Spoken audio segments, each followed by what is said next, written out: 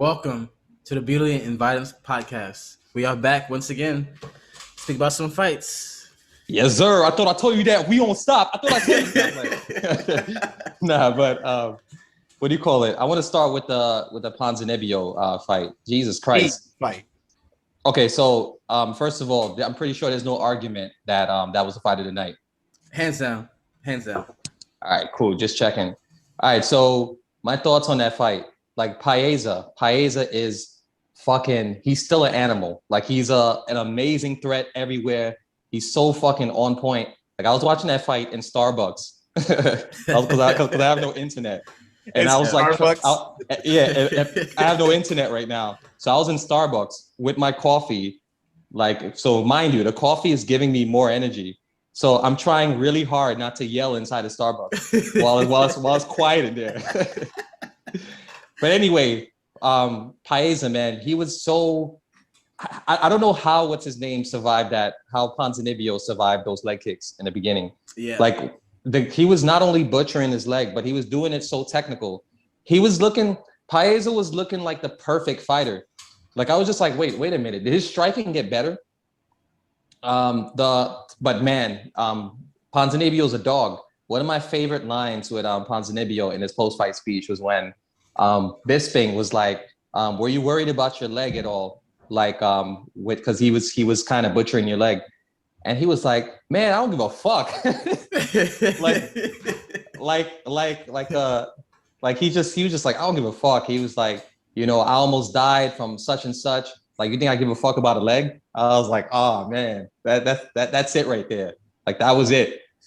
And and then man, just the way my thing with Ponzinibbio was the way he just like stayed in his face, and he was just a dog like to the end, because that last round was close. Like Paeza was like, he woke up a bit, and he was like, yo, fuck that.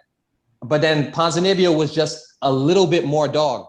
So I think that experience is going to make Paeza even more of a dog in his next fight. What were you guys' thoughts? John? So first and foremost, I got to give Jem his props, because when Santiago came back, I was hyped. The way he got knocked out, it took everything out of me. I was devastated. I never said he wouldn't come back. I just did. After that knockout, I was just like, man, I don't know if he's the same guy. Huh. Those days are gone, buddy. They're gone. He took so many shots that fight. I have no doubt about his chin now at all. His cardio. This reminded me of remember Hermanson when he came back hard, ended the rounds? Yeah. This is the same deal. This is heart. This is veteranship. This is like grit. This is like, I want that fucking belt grit, man. Like he's back. I'm so hyped, man.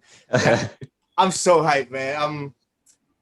That fight, like you said, Paeza has nothing to be mad about. Nothing. I think this is great for his career, because he got to lose to a respectable savage, and he should learn like hell from this, because he looked great even in the rounds he lost. He looked great. He just kind of got out-gritted. It's not like he was outsmarted or anything like that. It literally, by the third round, it was pretty much who wanted more. Yeah. And we all know who wanted it more. So it's like, that's just what it is. There's not really much else to say. Heal up, Santiago. I can't wait to hear that. All right. So I agree 100%. So the one thing about the loss versus the Leech, right, is that Ponzinibbio was out for a long time. And also we haven't seen the Leech fight in a while either. So I feel like Ponzinibbio not only has a bit of rust, but he was training for a different style from the Leech. The Leech came out a bit different this time, more elusive. Yeah. He was kind of tricky. so stylistically, the matchup, and I feel like he wasn't expecting that kind of approach from the Leech. So that loss, I gave him a pass for. Stylistically, though, the guy he fought, Paeza, is an animal. So I'm like, man, Paeza might come back, but if he loses, then I understand why. Because this guy's a beast too, a young prospect. So the fact that he had this kind of fight, the fact that you never saw Ponzinibbio break, you never saw him look disappointed. It's like he had that hunger the entire fight. You couldn't tell he was tired or hurt. Miguel, you can see him kind of looking worried a bit. He still fought. He still had the grit, but you can see his face like, oh man, this is still going on. You know what I mean? So props to both guys. Once again, great fight of the night. It was that, legit like watching a Rocky movie in real life. Yes. No bullshit. Yep. It was. Yeah. I was at the edge of my seat the whole time.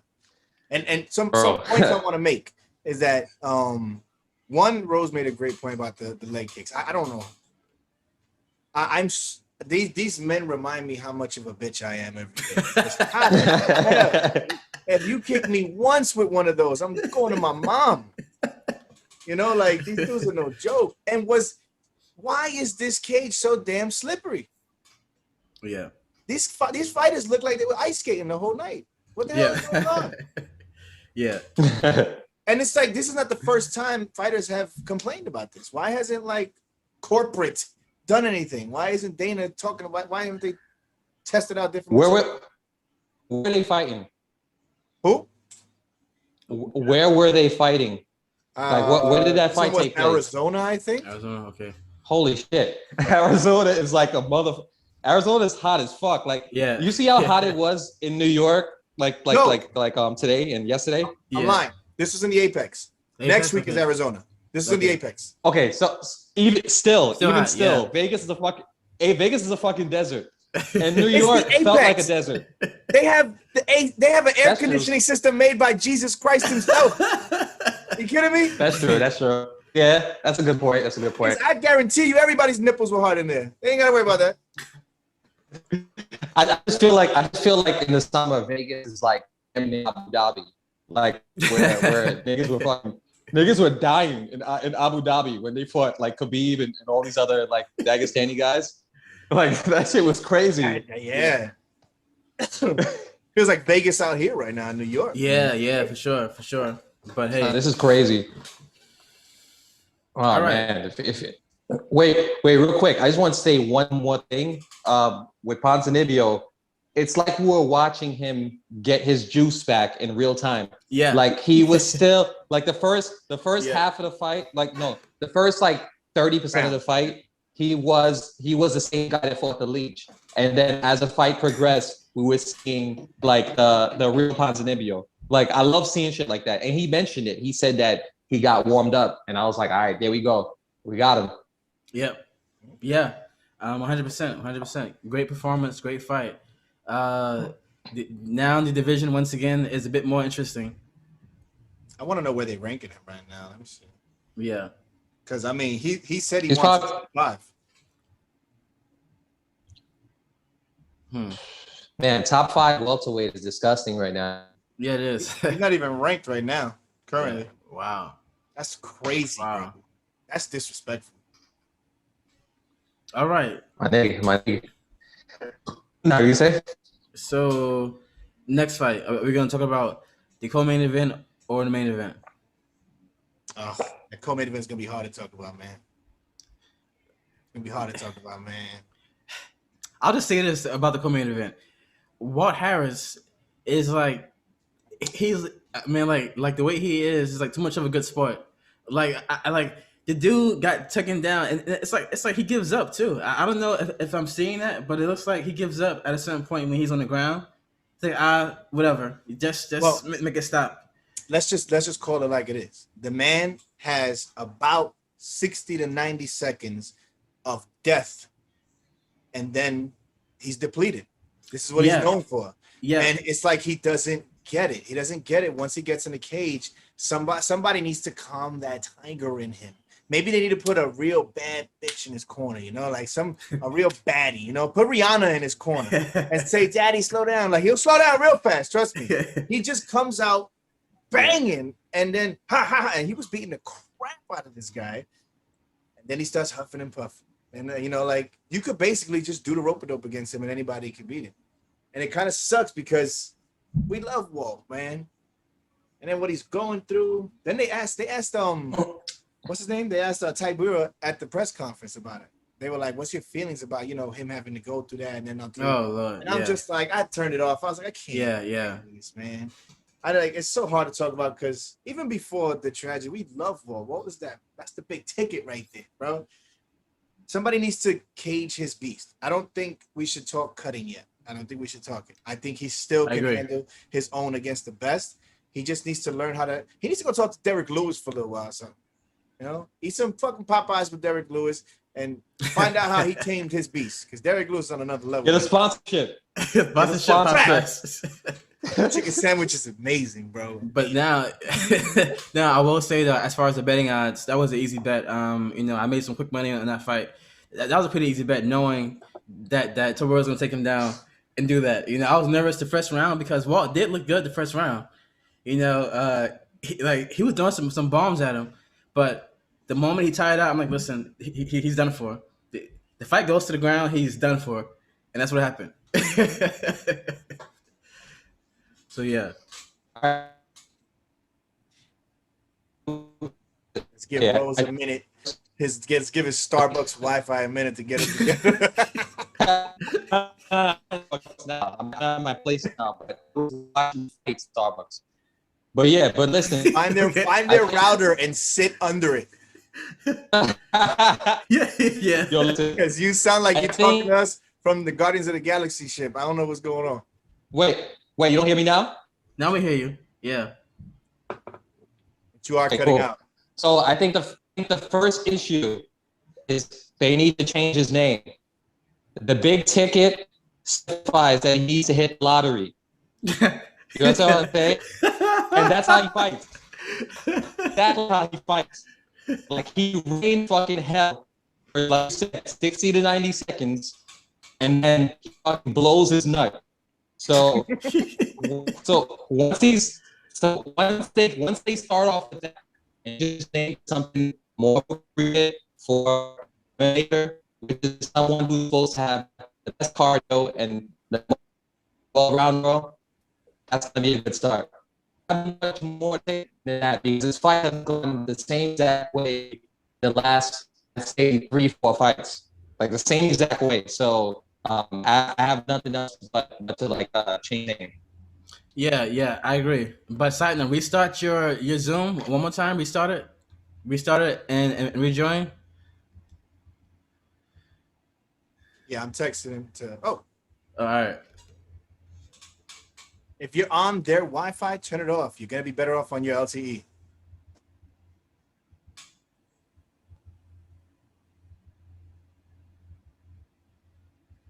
You're on mute still.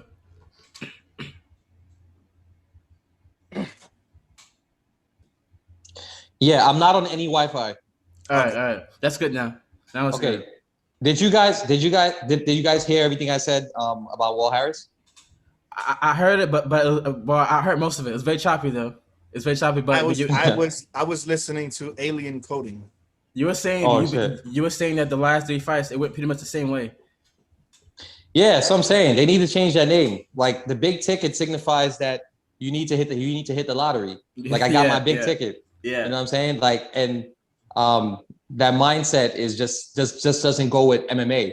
It doesn't go with MMA. Like you gotta fucking get well rounded. You gotta learn to defend a takedown more than one.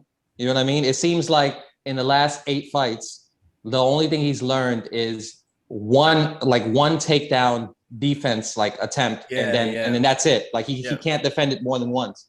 Yeah. You know, if he and it's gonna get really bad too. Like if he goes against like a legit chain wrestler, oh my God, he's gonna get elbowed into oblivion. Yeah, he's gonna get devoured by anybody in the top 5. Anybody. It's not even gonna be it's the first round finish, no matter what. Yeah. He needs to learn complacency. He needs to understand patience. He needs to realize the power in your hands. You need to make it last. You can't just have it go like that. You know, I get it. You might want to get out of there early, things like that. We get that, but you ain't gonna be a champion with that mentality. If you want to be a champion, exactly. You could be a gatekeeper. Not with 3 fight losses in a row, but it's tough, man. It's tough. It depends what gate you're talking about. Yeah. All right. But anyway, the main event, Rozenstruik. Let's discuss Rozenstruik. So I also won money on him as well because You can't bet. It's hard to get. It's hard to bet against him. Like there's people he lost to, Francis and Cyril Gane. So it's hard to bet against him. Other than that, because you know that it takes one shot from him, one shot, and he's very patient. So we need to talk about where he fits in the division now. You know, will he be champion? I don't know. Can he be champion? Yes, he has. He has the power. He has that threat always. But great performance. Great performance. The last seconds of the first round, just cleans his clock and slams him to oblivion. Started out slow, so I was a little nervous about that, but great finish. What do you guys think?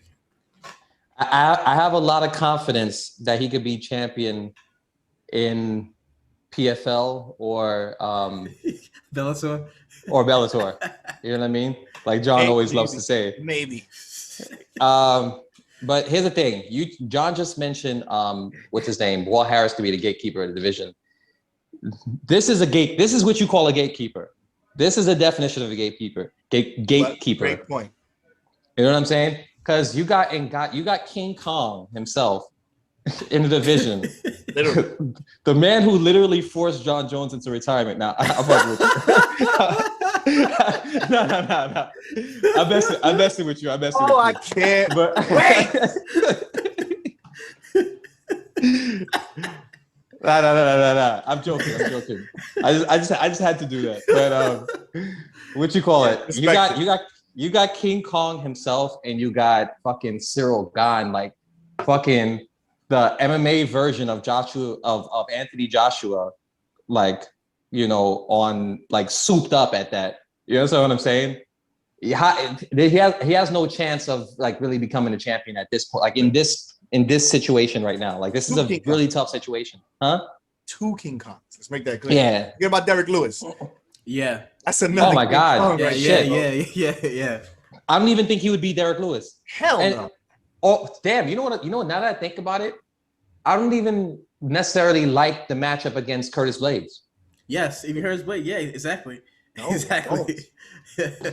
So yeah, that's a gatekeeper right there. Like he's just gonna fucking knock like people down. Like anyone past like four or five, he's just gonna knock them down. Okay. So here's my thought process with Jarzinho is that if he wants to remain a striker, he will never be champion in the UFC. And I think that's just a story of him. He's a fantastic fighter. He's a great striker. He's not a UFC champion. As long as Francis Ngannou exists, as long as Derek Lewis exists, those strikers are different because they're just on a different level, Right? Rozenstruik can put people to sleep, but he's not like a god like these guys are, And I think he needs to really, if he can get into takedowns and really ground and pound, not so much jiu-jitsu, not like that. I don't really see him doing much like that. But if he can really get into like a Derek Lewis style ground and pound thing and want to take people to the ground and not fear it, I think he'll be much more formidable. But if he wants to remain a striker, go kickbox, bro, because you ain't gonna be champion here. Yeah. Yep. Yeah. All right.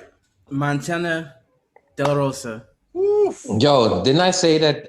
Yo, listen. Didn't I say that Montana De La Rosa? That's a good coffee in that Starbucks. Oh man, I don't know what the fuck they put in there. Yeah. But anyway, I told you Montana was going to dominate that fight. The reason why is because what's her name? Antonina Shevchenko. She just got decent at wrestling, and she was able to dominate the Queen of Violence. Yeah. Montana De La Rosa is like proven with her wrestling. She's a way stronger wrestler. Yeah. And Montana De La Rosa has gone at it with some like really stiff competition, and like she never wilts, she never like gives up. She's always there to the end. She's a dog.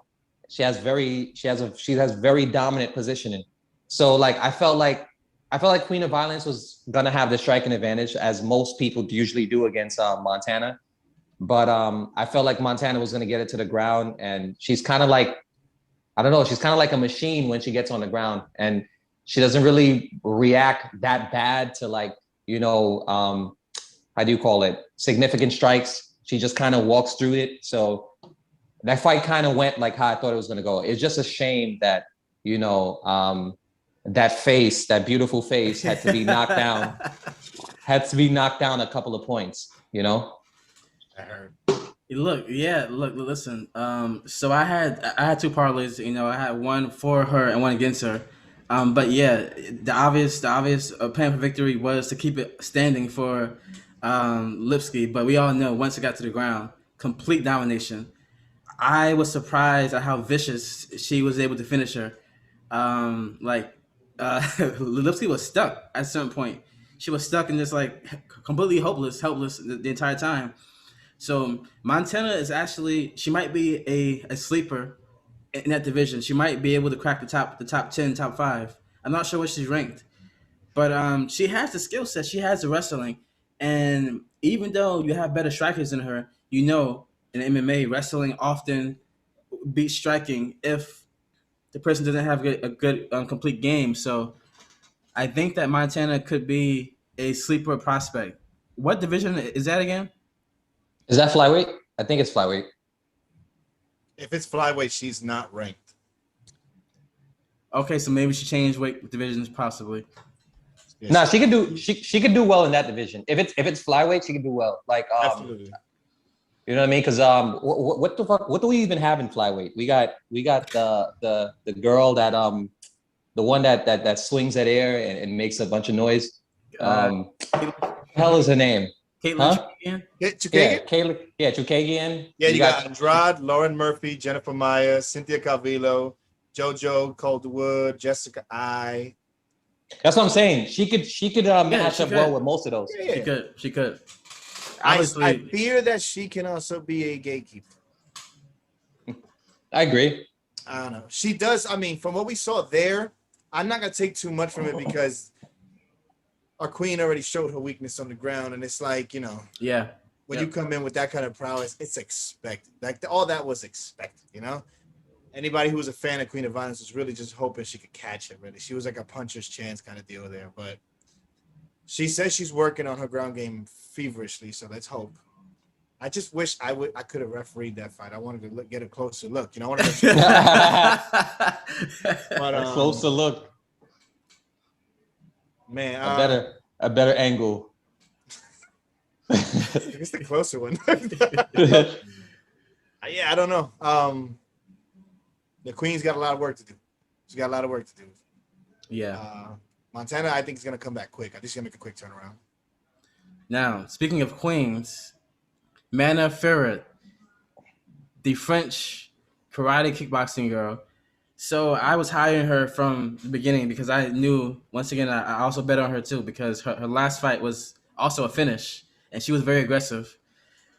Now, the stoppage, I will say, was a bit weird because like the fight was stopped, like that girl threw a punch and it was stopped, like it was stopped at the same time.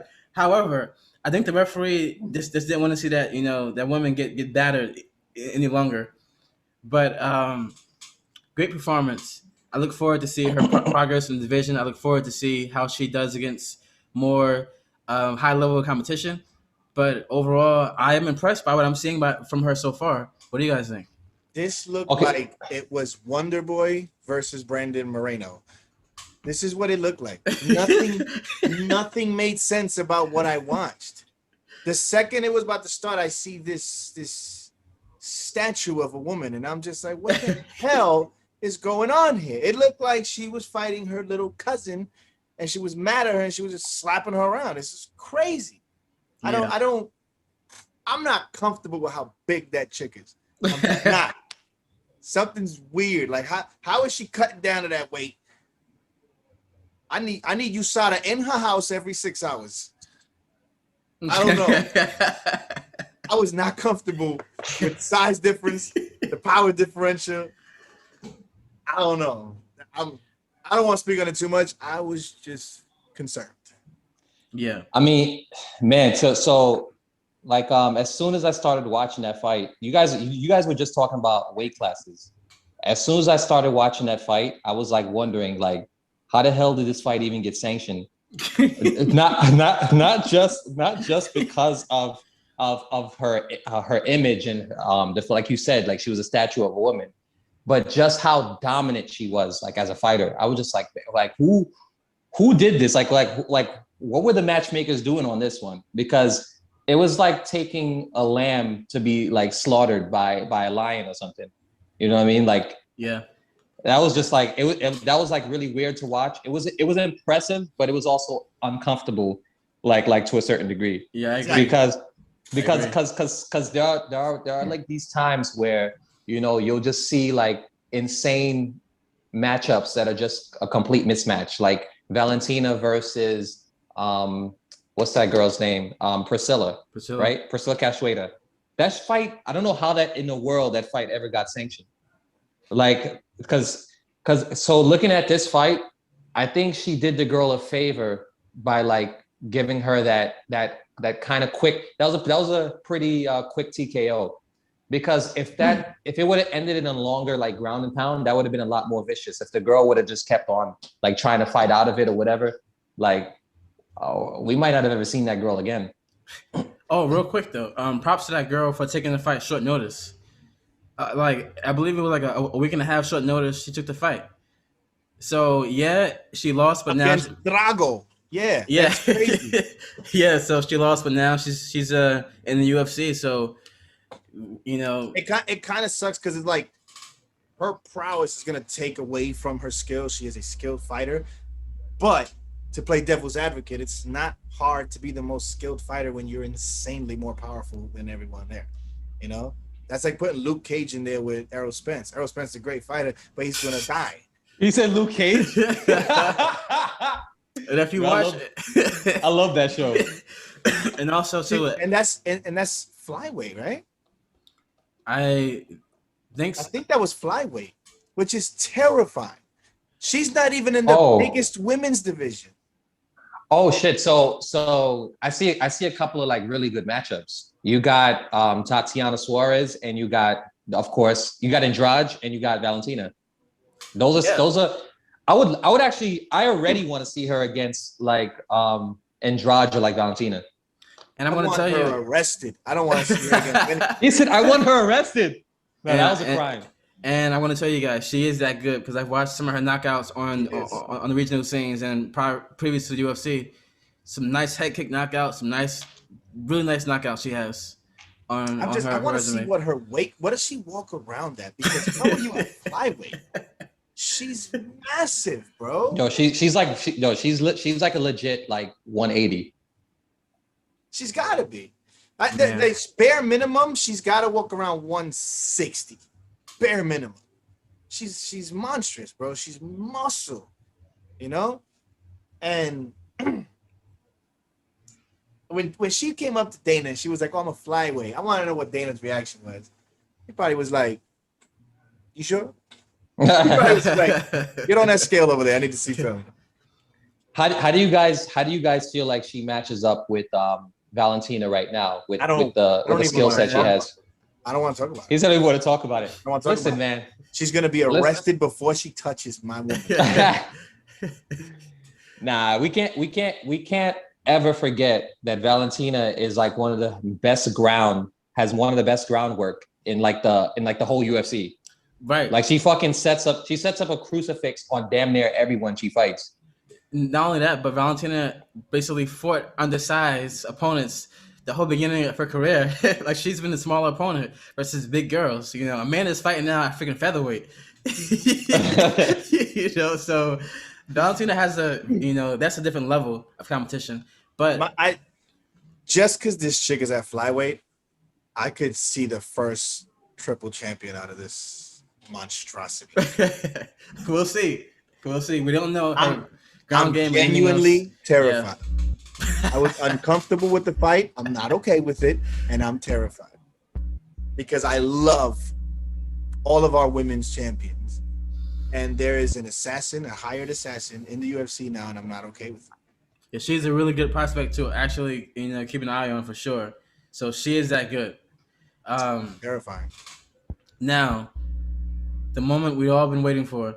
Oh no. Big guy, little name versus little guy, big name. Oh, Floyd Floyd Mayweather What that mean? versus That's Logan SpongeBob Paul. mean? All right, I'm gonna head out. yeah. so, so I'll start real quick, right? Once again, so a lot of people are disappointed in the fight outcome because of what happened. But let's just be clear: we are in the age of entertainment, right? Well, you said because of what happened. What do you mean? Well, as far as they feel like Logan doesn't. Well, there wasn't a knockout. It wasn't like spectacular. Floyd didn't just like finish this guy. So people are saying maybe it was rigged, maybe it was a work, whatever. But we have to realize we're in the age of entertainment. Entertainment. This goes with music and everything. It's not about the talent anymore. It's not about what you deserve. Deserve doesn't exist. Entertain us. Have a big name. Have numbers. Have views. Create excitement. That's the world we're in now. So a lot of boxing purists are going to be upset by this because it's going to happen more often. Think about this: two non-boxers are the biggest talks of the boxing world right now. Right now, Logan Paul and Jake Paul. Think about how crazy that is. Not Canelo, not Tyson Fury. These names were erased this entire week. So we have to give credit to the Paul brothers for what they are doing. We have to give some props to them. You know what I mean? And we have to give credit for Logan Paul to be able to be a YouTuber turned boxer and get in there with one of the greatest boxers of all time. You drinking that Kool-Aid, boy? No, What listen, flavor? no, What flavor is that He said what Kool-Aid? flavor? no. Look. Once again, whatever the result is, whatever. I'm just saying the fact that he was able to make that happen. Floyd Mayweather, you're Logan Paul. so we may not like it, but we have to accept the world that we are in now. And yeah, I was impressed by the fact that he stayed in that long, and also that he fought through being fatigued and tired when we clearly saw he was like super gassed like as early as like the third round. You know what I mean? But then when I started walking from Starbucks and I thought about the fight for a little longer, like I was thinking, you know, Floyd is 4 years older than when he fought Conor McGregor, and he's like 200 pounds lighter than Logan Paul. than Logan Paul. yeah.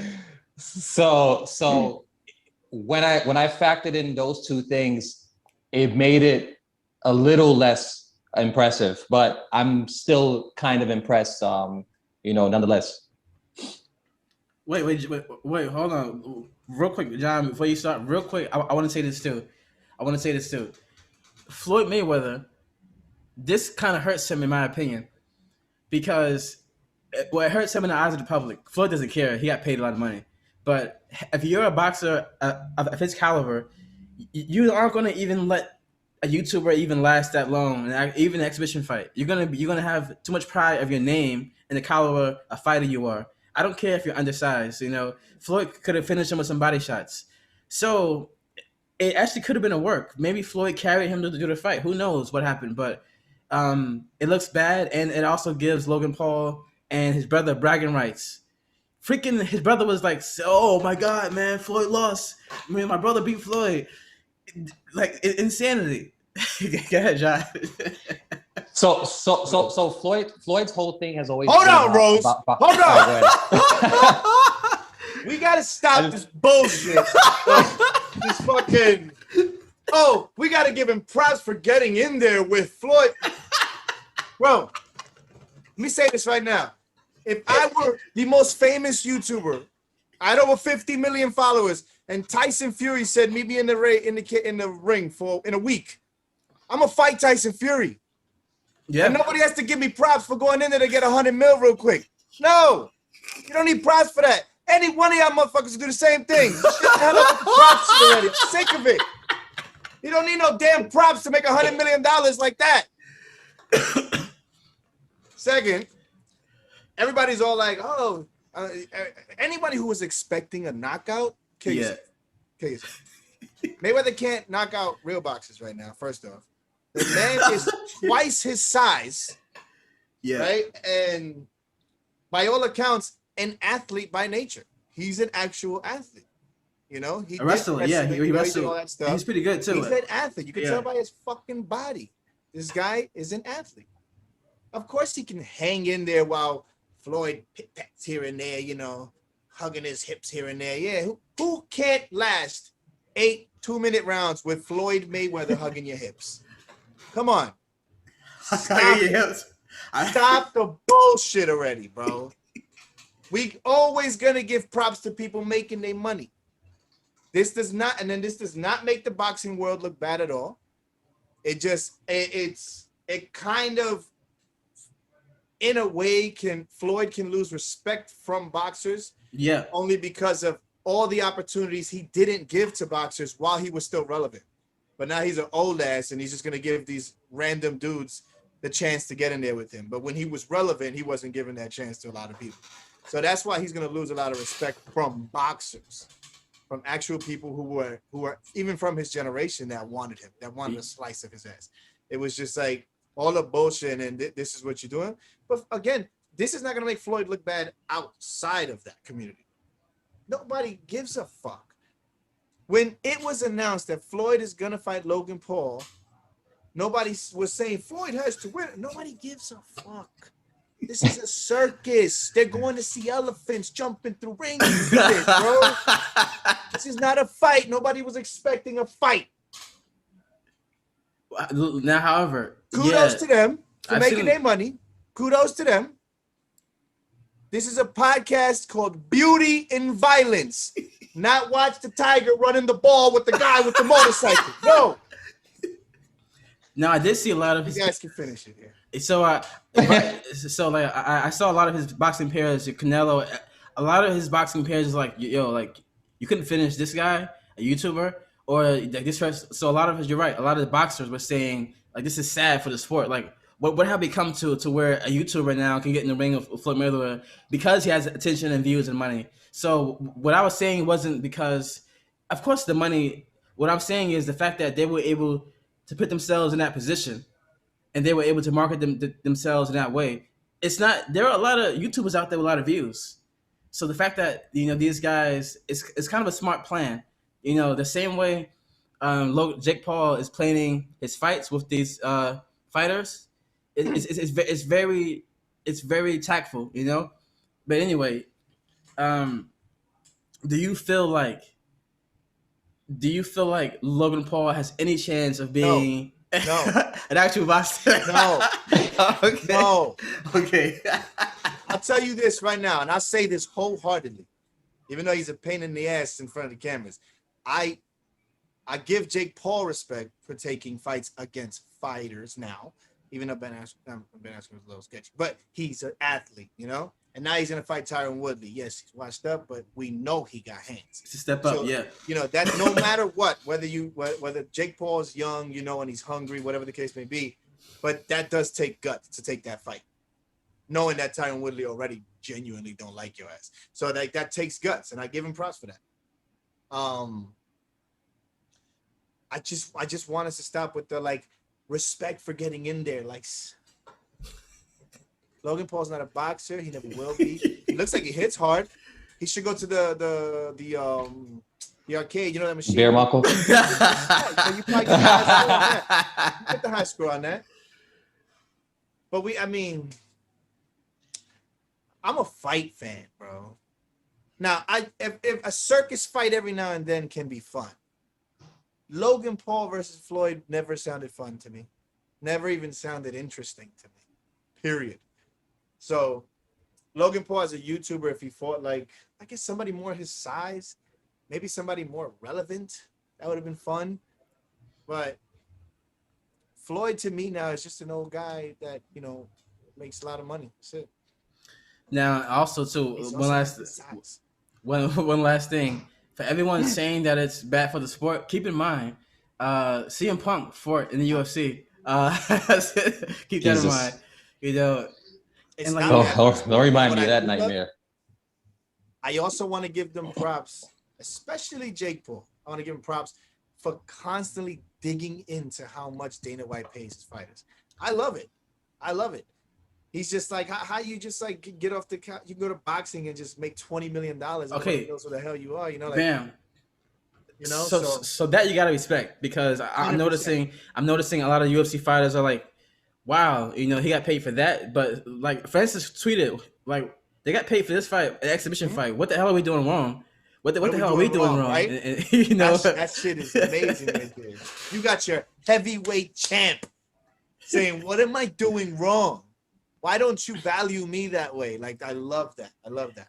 And I'm not gonna lie, man, the face off between Woodley and Jake Paul was pretty funny. And Jake Paul's a pretty funny troll. Did you watch that? The face off? That made Henry Cejudo look like a normal person. Woodley was saying, how cringe that was.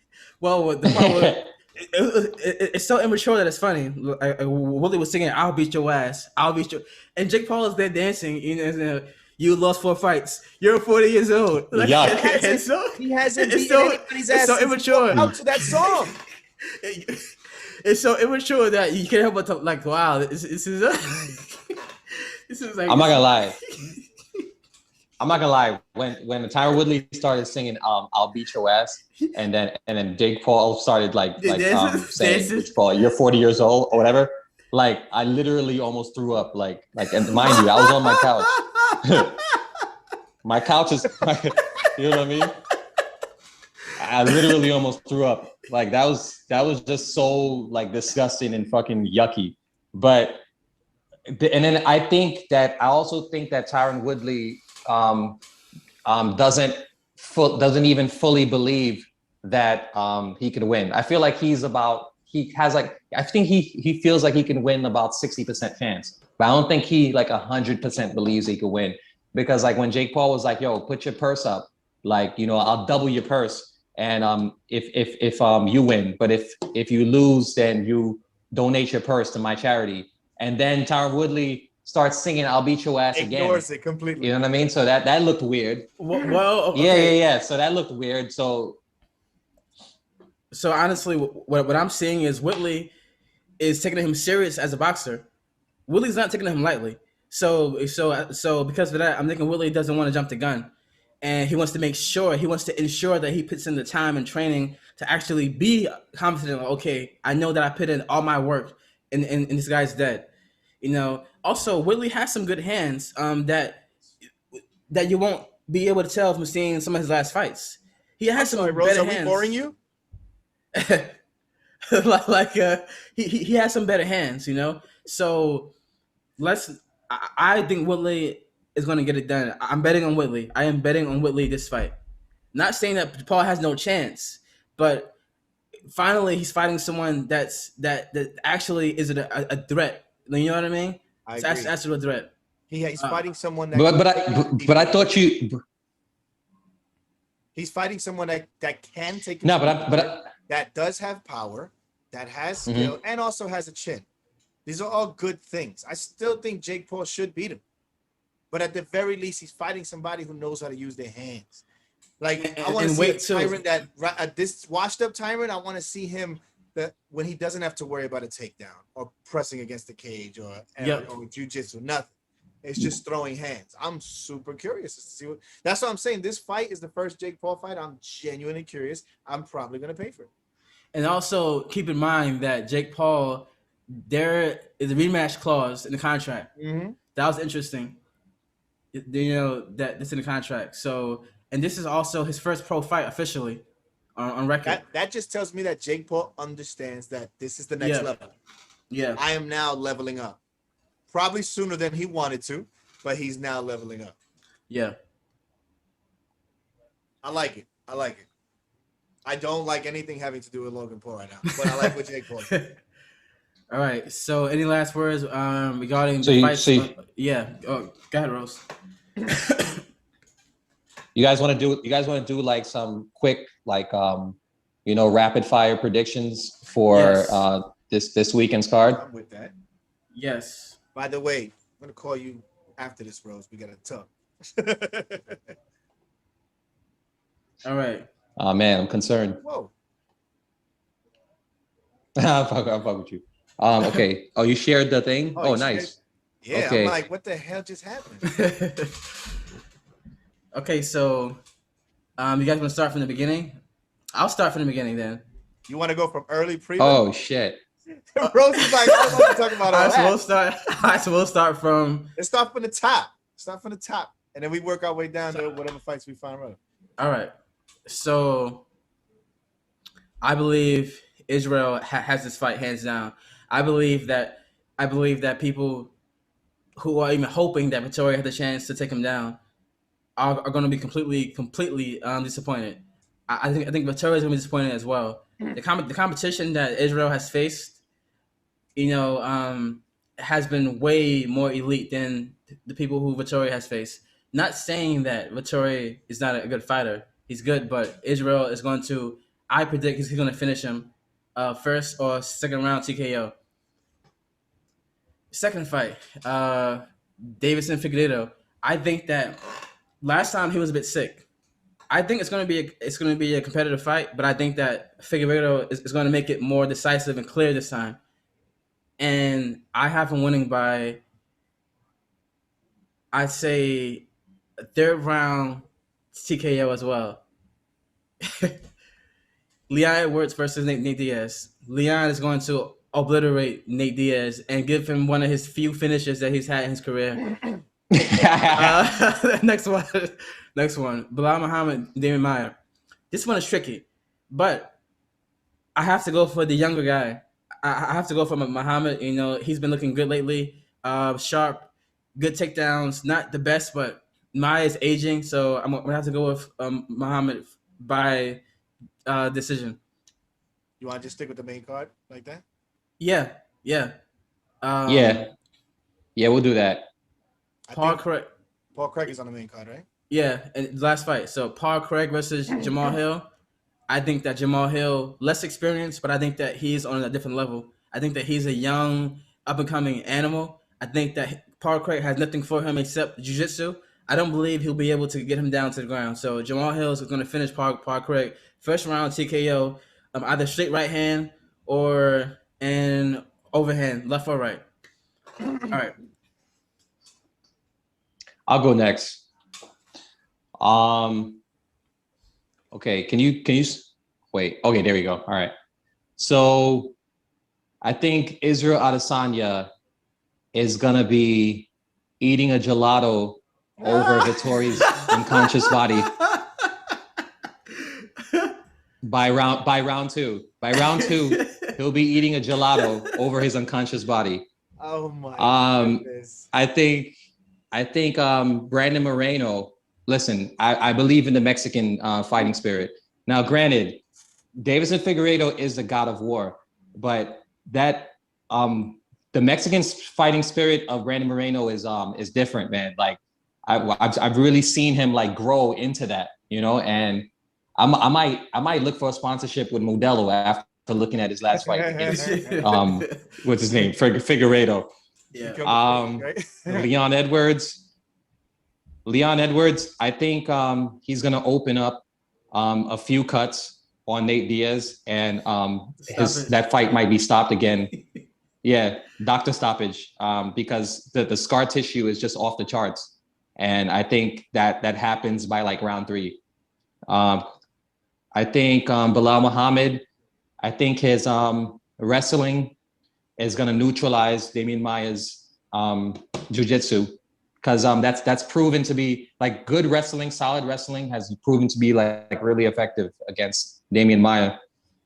I think Jamal Hill is gonna take Paul Craig to the streets and knock that English head off his shoulder. I think Drew Dober. That's it. That's all you got. Oh man, that's it. Okay, all right, that's it. I'm gonna go the opposite way. I'm gonna go bottom top. I think same. I think Jamal's gonna mop all the blood from the prelims with Paul Craig. I think it should be I think it's gonna be a highlight. Surprisingly enough, I think Damien Maya is gonna bring out a real sneaky submission. He can. We're all gonna be like, "What the fuck? Why did the ref stop it? We're not even gonna see it. I just have a feeling he's gonna sneak in there while Bilal's looking good, and out of nowhere, Bilal's gonna tap, and we're all gonna be like, "What in the hell just happened?" Leon Edwards, Nate Diaz, I think is gonna be a decision win for Leon Edwards. I think Leon Edwards is gonna be super technical in the beginning. He's gonna open up Nate, like you guys said. I think in the third and fourth, Nate's gonna have a couple flurries, gonna get some hope, and Leon's gonna seal the deal in the fifth. I think it's gonna be a decision.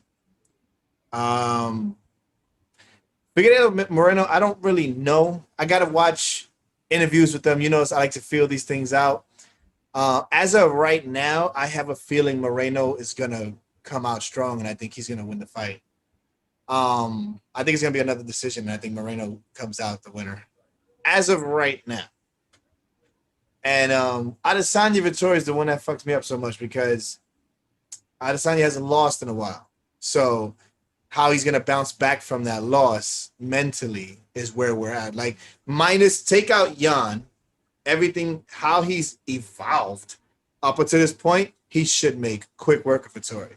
I think Vettori is gonna take him down first or second here and there, and then Adesanya's gonna get back up, and then he's just gonna finish him with some crazy shit in the second or third round. And this is assuming that loss hasn't clouded his judgment in any way, you know, because what Jan did to him was a lot. You know, it can be a lot in a person. We know he's mentally strong. Let's hope that hasn't changed.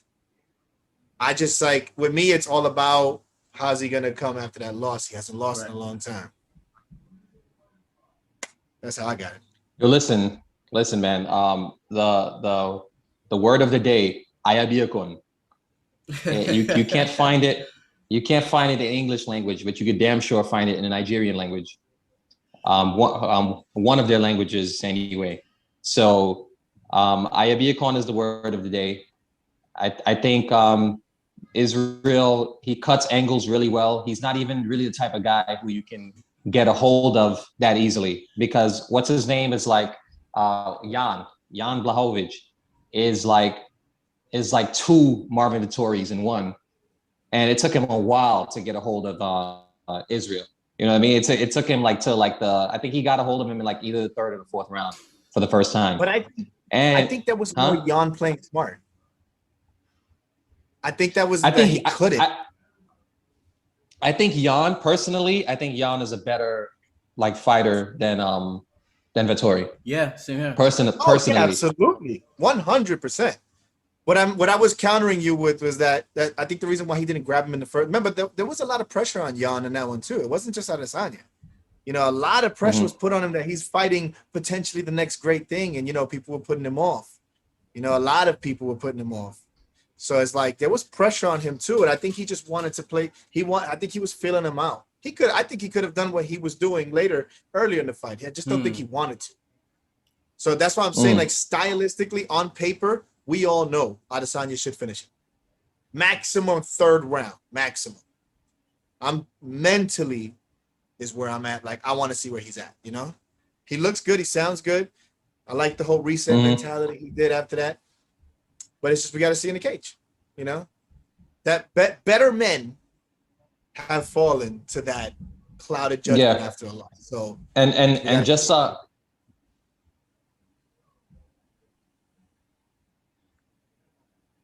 no, it's true. I mean, we could name a whole list of them, like fucking the guy that fought Dillashaw, Renan Barão.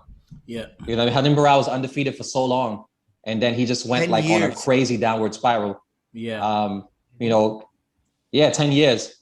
Jose Aldo for a period of time was the most frightening featherweight like on earth, you know. So and on my last point on Figueiredo versus Brandon Moreno, the fight was so close that I feel like a lot of times when the second fight happens, it's different. You understand what I'm saying? So yeah, that's my thoughts on that. All right. So you got Figueiredo or Moreno winning? I got Moreno. I got Moreno by decision. So y'all both have him winning by decision. I gotta respect the God of War, man. All right. As of right now. Again, as of right now. It could change. All right. So I'm the only one who got Figgy. All right. Well, that wraps it up. That wraps it up for today. Thank you guys for watching the show. If you like, subscribe, follow us on Instagram, and also the channel is going to be expanded. We're going to have more content. I'm going to start doing my picks for parlays. John's going to have his own segment, roles. So we're going to expand the channel. Until then, until next week. Peace out, guys. You got a big one this weekend. Yes. Peace. All right.